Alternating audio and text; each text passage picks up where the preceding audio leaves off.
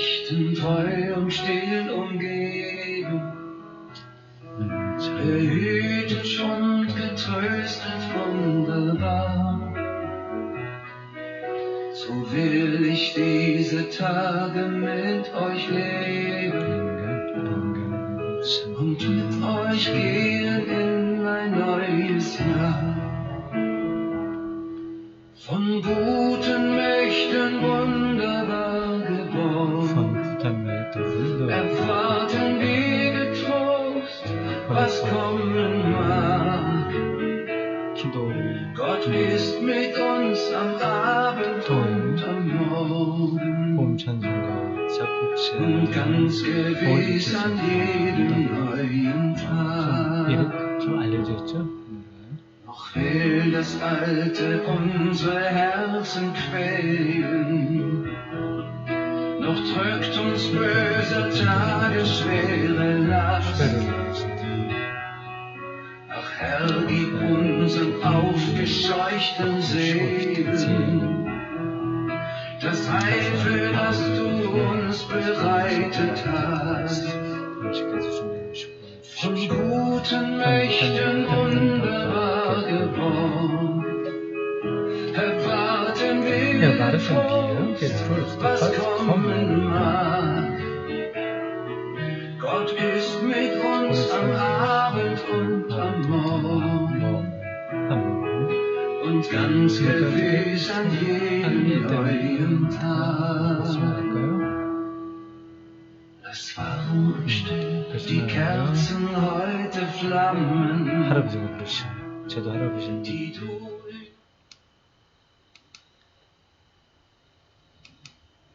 자, 준비됐습니다.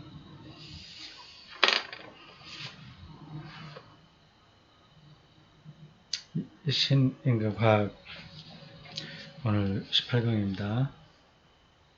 소제목 인간은 창조의 꽃일까? 전체적으로는 2장을 하는 중이죠.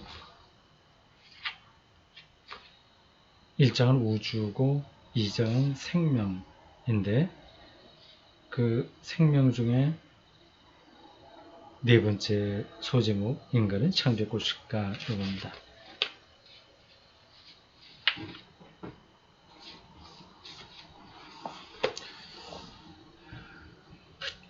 인간이 지구에서는 생명의 절정인 건 분명하죠. 그것도 뭐 인간의 잣대에서 그렇다 말하면 그렇게 주장하면 사실 뭐 할 말 없습니다. 그러나 그 지구 안에서만 인간이 그 생명의 현상에 꼭대기에 놓여 있다 이렇게 말하는 건 과히 틀린 건 아닐 겁니다. 근데 우주 전체를 볼 때는 아직 확실한 건 아니죠.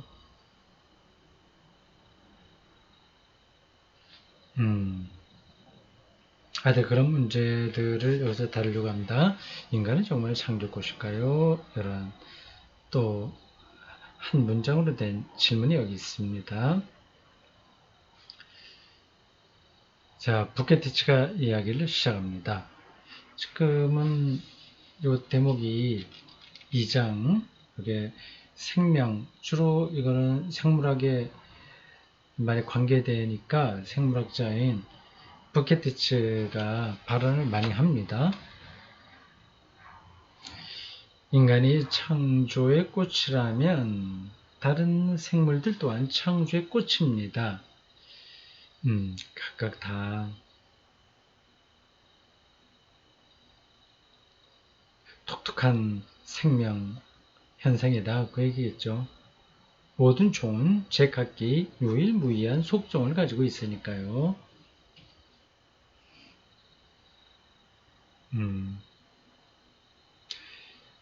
네, 인간에게만 문명이 있다고 하는 것도 사실인데 그 문명도 생명 현상의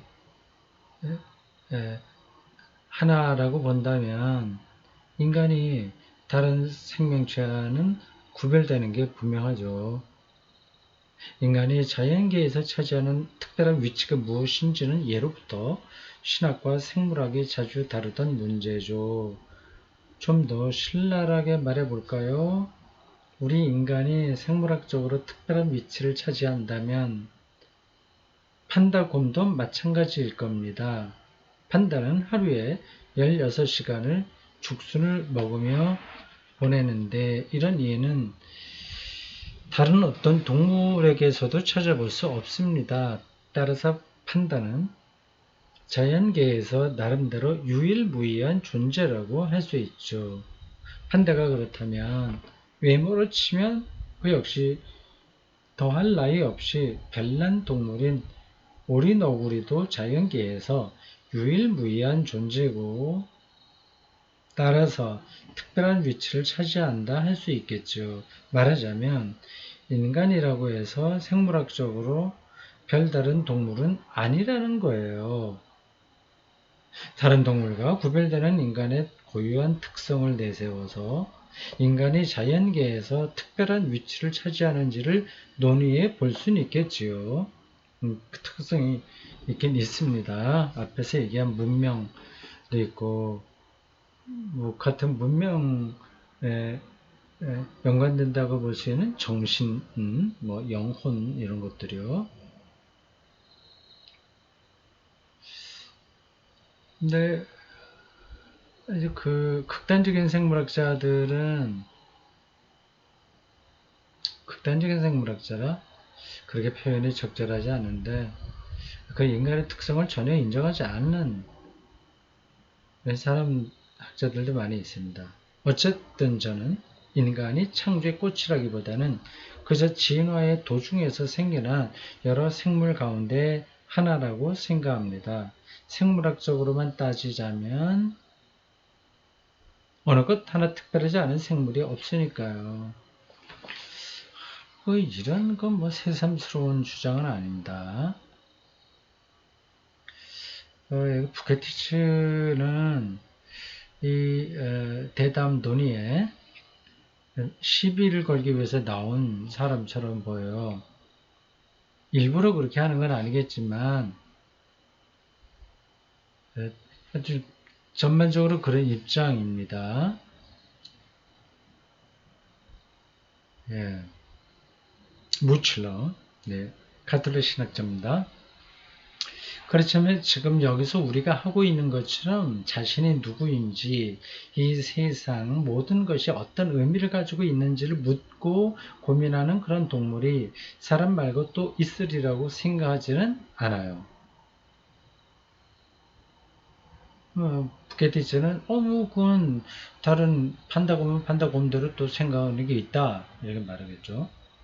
동물은 목적을 달성하기 위해서 행동할 뿐 전체에 대해서는 묻지 못합니다. 종 전체, 그리고 생명체 전체, 시간과 공간을 의식하지 못하죠. 식물은 말할 것도 없고 원숭이들조차도 그런 능력을 갖고 있지 않다면 인간에게 특별한 위치를 부여해도 좋을 겁니다. 네, 부케티츠하고는 다른 입장이죠. 마야 아비히가 등장합니다.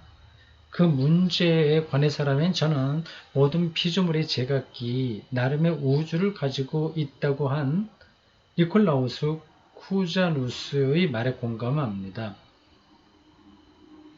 판다는 판다대로, 인간은 인간대로 자신의 우주를 갖고 있어요.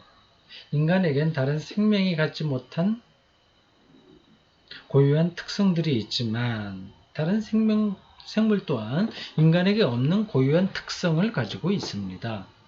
인간보다 산을 훨씬 잘 타거나 헤엄을 더 잘 치는 동물들이 얼마나 많습니까? 인간이 세계를 하나의 전체로 관찰한다는 것은 사실이지만 그런 능력조차도 인간이라는 종이 가지고 있는 한 가지 특성에 지나지 않습니다. 뭐 그렇게 볼 수도 있죠.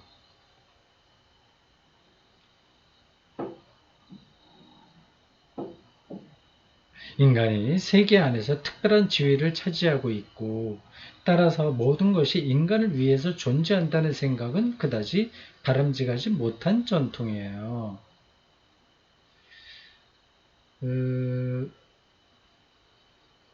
기독교적인 전통을 바람직하지 못한 전통이라고 말하는 겁니다. 이렇게 말하는 이유도 있고 그것도 타당하기도 합니다. 기독교가 신의 이름으로 세계를 지배하려고 했었죠. 지배하는 게 아니라 섬긴다는 점에서 사람의 특별한 위치와 역할이 있다는 것, 그거를 인정하는 게 그게 잘못된 것일까요?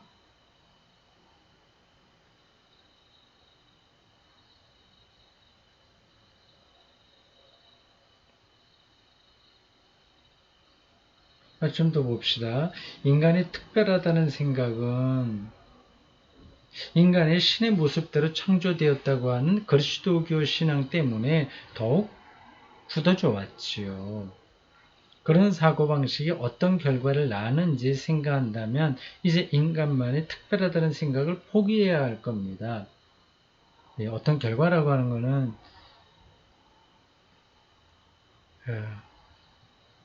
정복하고 다른 종을 파괴하고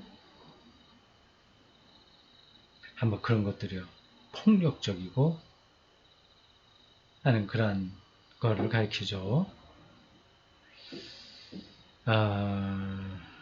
그런 결과를 놓고 하나님의 형상으로 인간이 지음받았다고 하는 성서의 가르침을 매도할 수 있을까요?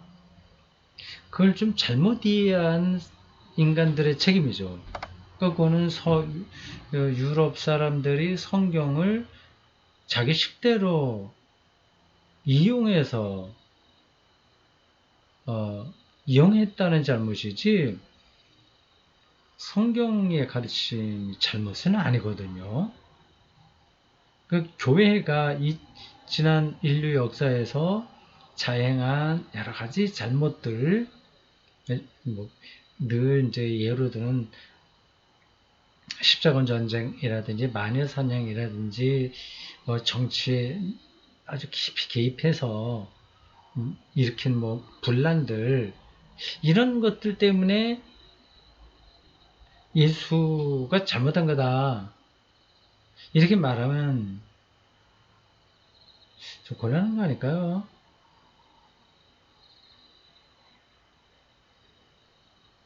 네, 보겠습니다.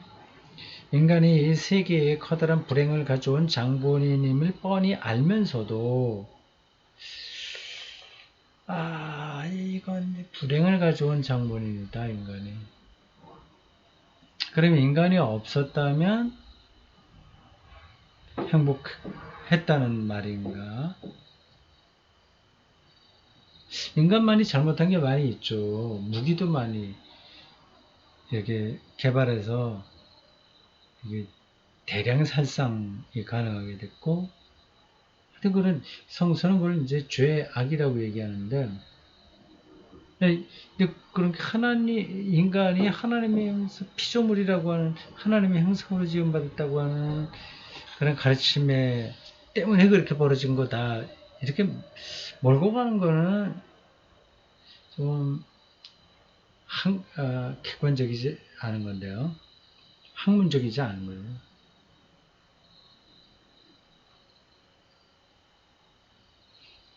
우리는 여전히 착각을 버리지 못하고 있습니다. 인간이 다른 동물보다 더 우월한 존재가 될 능력이 없다고까지 말할 건 없겠지만 인간이 하는 행동을 보면 그렇게 어리석을 수가 없어요.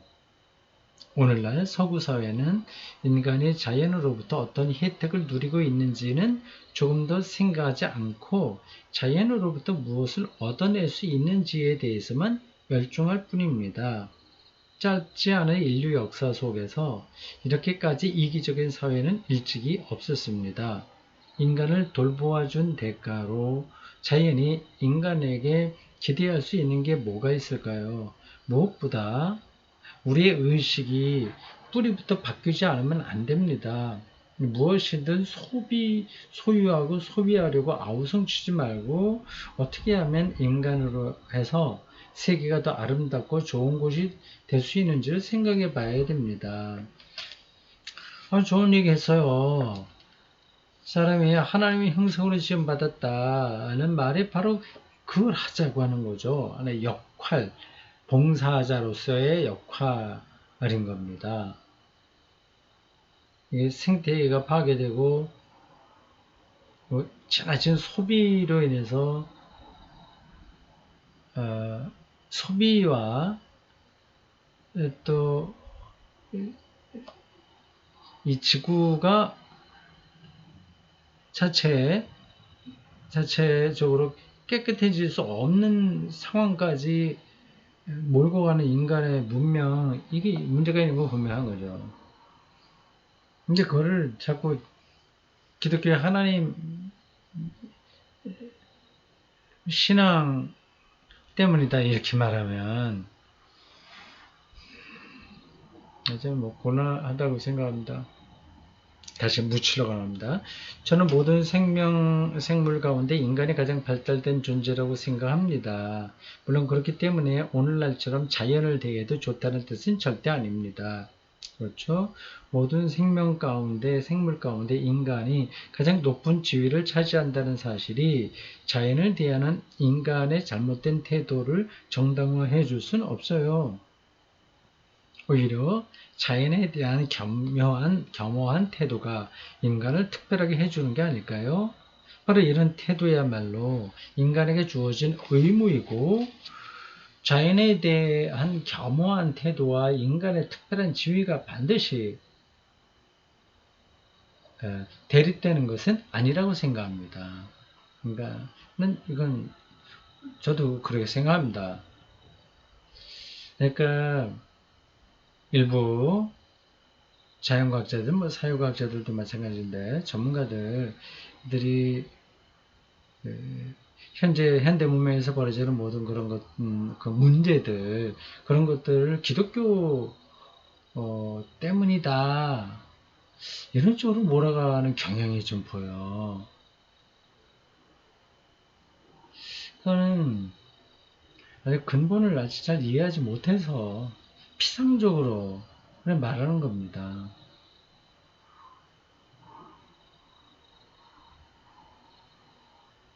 자, 어쨌든 그렇다고 해서 기독교가 인류 역사에서 꼭 잘했다고 하는 건 아니고요. 그래도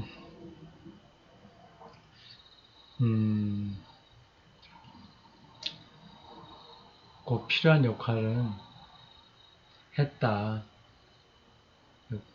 일단 그렇게 생각합니다. 뒤르가 나옵니다. 생물이 발달하고 분화해 오는 동안 인간이 생물의 위계 질서 안에서 전에 없이 특별한 단계에 이르게 된 건 분명한 사실이에요. 물론 인간이 창조의 성공 사례인지 아닌지는 별개의 문제지만 계속 문제로 삼고 있는 하나님의 특별한 창조로서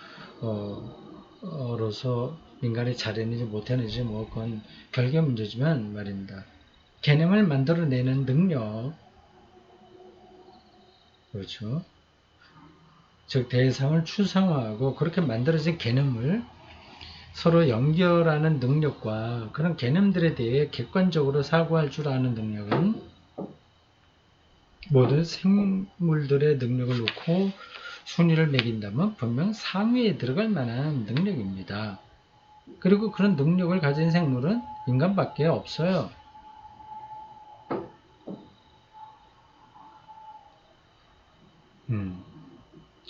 개념, 예술도 마찬가지고요.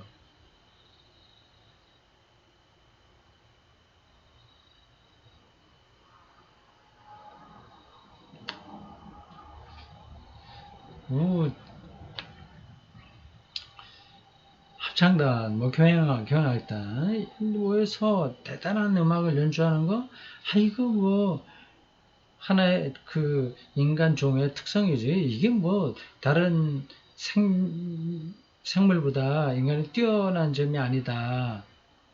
이렇게 말하면 뭐 그럴 끝이 없죠.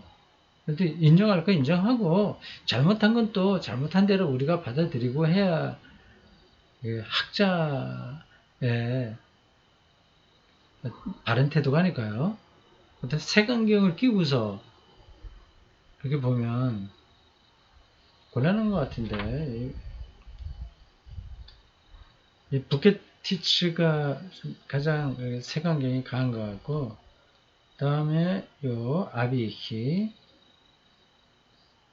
조금 그런 뭐 다른 요 지금 이 대목에서 그런 게 보여요.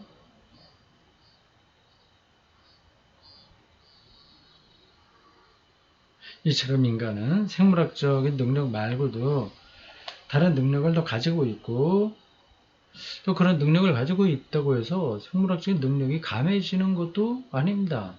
인간이 상위에 속하는 생물이라는 사실은 하위의 생물이 파괴될 때 상위에 속하는 인간도 무너져 내리고 만다는 점에서 알 수 있어요. 매우 독특한 관점이네요. 이게 쭉 연결되어 있는데 상위, 밑에 급 파괴되면 저절로 파괴된다. 이 세계는 우리 없이도 살 수 있지만 우리는 우리를 떠받치고 있는 하부 구조 없이 살 수 없어요. 하부를 파괴하면 우리도 따라서 쇠락의 길을 걷게 됩니다. 벌들이 없어지면 인간이 살기 힘듭니다. 꽃들의 수정이 이루어지지 않으면 열매들 이런 거 어떻게 하겠어요? 그게 하나가 나사가 삐끗하면 다른 것하고 다 연쇄 반응을 일으켜서 우리가 생각할 수 없는 생태계에 큰 변화가 일어나게 됩니다. 인간에게 미래를 내다보는 능력이 있는데 그런 능력을 저는 이성이라고 부르고 싶군요. 이렇게 미래를 내다보는 능력을 진화의 과정에 끌어들여야 우리 인간이라는 종을 보존할 수 있음에도 이런 노력을 소홀히 할 때 문제가 생기기 시작합니다. 더구나 인간 생존의 근원이 되는 피조물을 인간 스스로 파괴한다면 전쟁과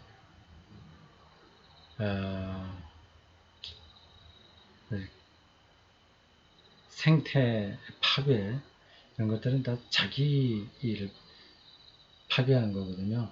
결과는 더 말할 필요도 없겠지요. 자, 뒤의 말을 받아서 마야 아비히가 말한다. 이성이 명하는 바에 따라 행동하는 능력만이 문제 해결의 열쇠일까요? 도대체 인간이 이성적으로 생각해서 바르게 하겠냐 이거죠. 인간 스스로가 자연의 일부라는 사실을 제대로 느끼는 일 또한 그게 못지않게 중요하다고 봅니다. 아니 이렇게 느끼는 게 이성이 하는 일이잖아요. 저는 요즘 사람들이 몇천 년 전에 살았던 조상들과 달리 옛날에 없던 방법과 도구를 갖게 된 탓에 더 심각한 잘못을 저지르고 있는 거라고는 생각하지 않아요. 우리는 옛날로 거슬러 올라갈 것도 없이 서양에 속하지 않는 문화들만 살펴봐도 알 수 있어요. 옳든 그르든 세상에서 인간이 하는 모든 행동은 자신이 속한 문화에 영향을 받습니다. 우리 서양인들이 향유하는 문화만이 유일한 문화 형태는 아니죠. 우리가 이루겠고 그 때문에 엄청난 불행을 가져오는 과학기술 문명이 다른 문화권에선 발생하지 않았어요.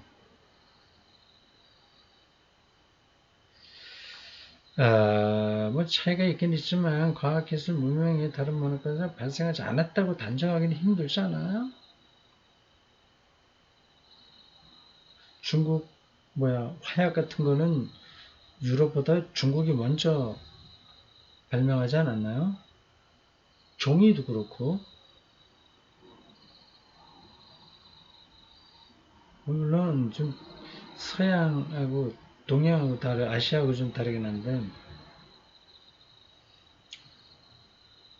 예. 물론 다른 문화들은 과학과 기술을 발달시킬 계기를 갖지 못했고 그래서 우리와 같은 과오를 저지르지 않았을 뿐이라고 주장할 수도 있겠지요.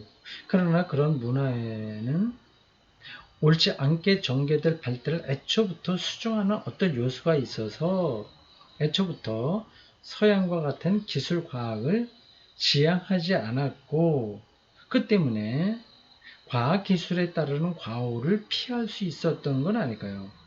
무엇보다 아시아에서 발달한 문화를 보면 그런 생각이 듭니다. 뭐 서양 문명의 제국적인 그리고 물질 문명적인 그걸 비판하는 건 좋긴 한데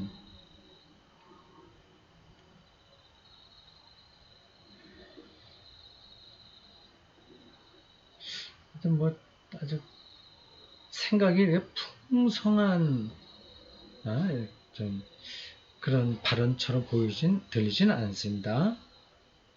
자, 무칠러가 나옵니다. 파넨베르그 선수가 안 나오나? 다음에 나오나? 서양 문화를 제외한 다른 문화들이 정말 그렇게 온순하고 자연 친화적이었는지 의문스럽군요. 다른 문화들 제가 보기엔 정도의 차이는 있지만 비슷합니다. 그건 이른바 품이 있는 미개인이란 환상에 지나지 않아요. 그렇죠. 자세히 관찰해보면 아메리카 원주민들에게는 우리보다 자연을 착취할 가능성이 적게 주어져 있었을 뿐입니다. 만일 그들이 자연을 멋대로 파괴했다면 살아남지 못하고 모두 굶어 죽었을 거예요.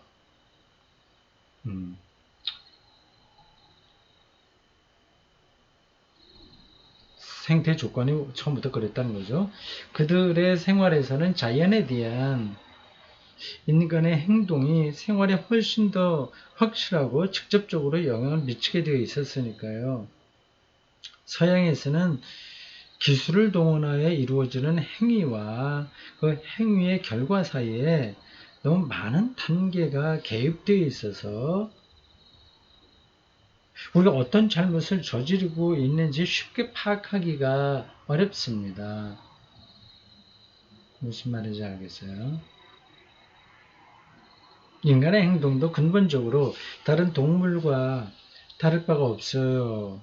동물과 마찬가지로 인간도 되도록 많은 것을 소유하고 하려고 애쓰고 자신의 종을 번식시키고 싶어 하지요. 우리가 화석 연료를 채굴에 쓰지 않았다면 사정이 지금보다 정말 나았을까요?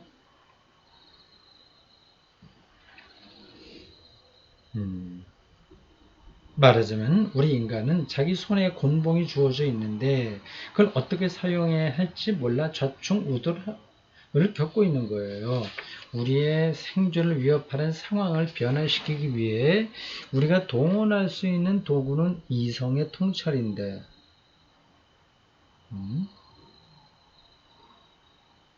그 이성은 다른 생물에겐 없는 겁니다. 따라서 물론 이것도 학자들에 따라서 왜 없어? 좀 아직 발달이 안 돼서 그런 거지. 다 있어. 이렇게 주장할 수도 있습니다. 따라서 현재 어려운 상황을 벗어나고자 한다면 인간이 특별하다는 사실을 굳게 믿어야 됩니다. 그건 그래서 잘난 척 하려고 하는 게 아니라 생명을 더 풍요롭게 하기 위한 역할 때문에 그렇습니다. 난 무실로 입장이 맞다고 보는데요. 인간을 동물과 같은 위상에 놓으면 그 인간은 동물과 다를 바 없이 행동하게 되고 상황을 이성적으로 처리할 수 없게 될 것입니다. 인간은 되도록 많은 것을 취하고 자신의 종을 번식시키고 싶어 하지요. 특히 번식이라는 면에서 인간이 거둔 성공은 실로 가공할 정도입니다.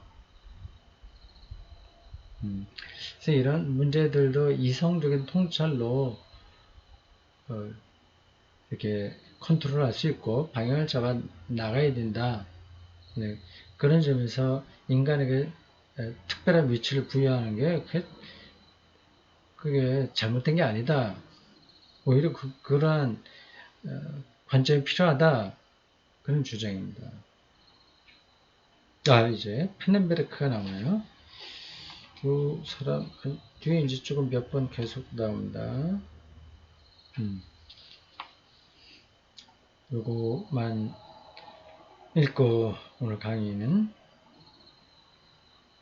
정리하겠습니다. 펜넨베르크 창조의 꽃이라는 표현은 성서의 창세기에는 전혀 등장하지 않습니다.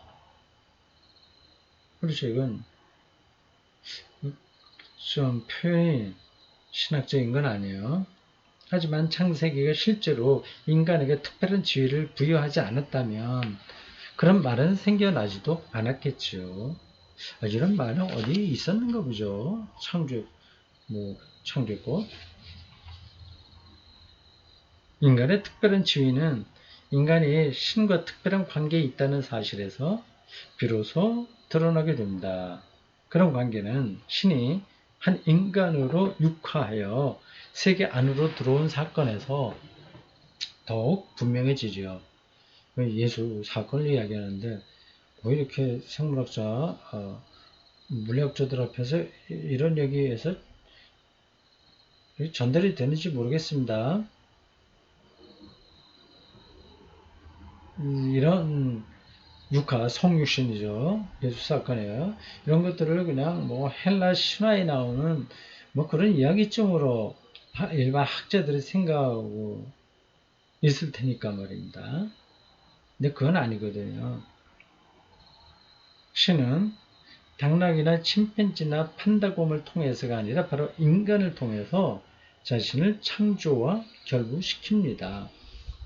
인간이 특별한 존재라는 사실이 바로 여기서 분명해집니다. 이런 사실은 이미 구약 성서의 창세기에 암시되어 있지요. 창세기에서 하나님의 모습대로 사람을 지어내셨다. 하나님의 형상대로 지었다는 겁니다. 이 말은 인간이 신과 한 몸을 이루고 있고 따라서 피조물 안에 창조주가 현존한다는 뜻입니다. 인간이 특별한 지위를 차지한다는 말도 그런 맥락에서 나온 것이고 말입니다.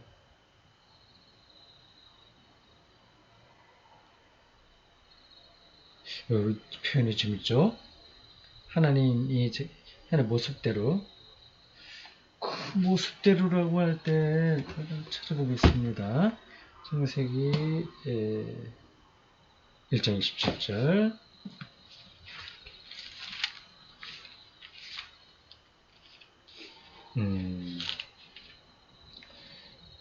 이렇게 됐습니다. 하나님이 자기 형상 곧 하나님의 형상대로 사람을 창조하시되 남자와 여자를 창조하시고 형상 이마고 데이 이라고 표현하죠. 근데 그 진술이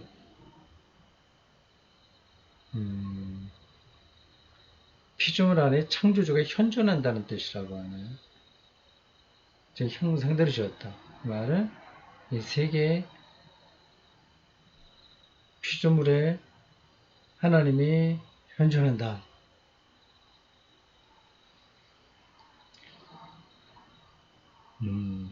어떻게? 그런데 생각을 해야죠. 생명의 능력으로, 사랑과 해방으로, 어떤 것으로요?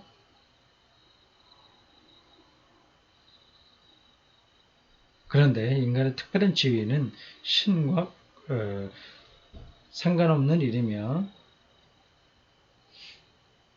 신과 관계없는 일. 그러니까 지 멋대로 자기가 최고야 이렇게 생각하는 거. 인간 스스로 창조의 꽃이 되었다라고 믿게 되는 순간 자기 잘난 거죠. 신과 인간의 관계는 뒤틀리기 시작합니다. 인간이 인류와 자연에 대해서 저질렀거나 저지르고 있는 끔찍한 일들은 신과 인간이 한 몸이라는 관계를 인간 스스로 저버렸다는 증거예요. 파나메르크가 요 이야기를 할 때 나이가 몇 살쯤 됐나?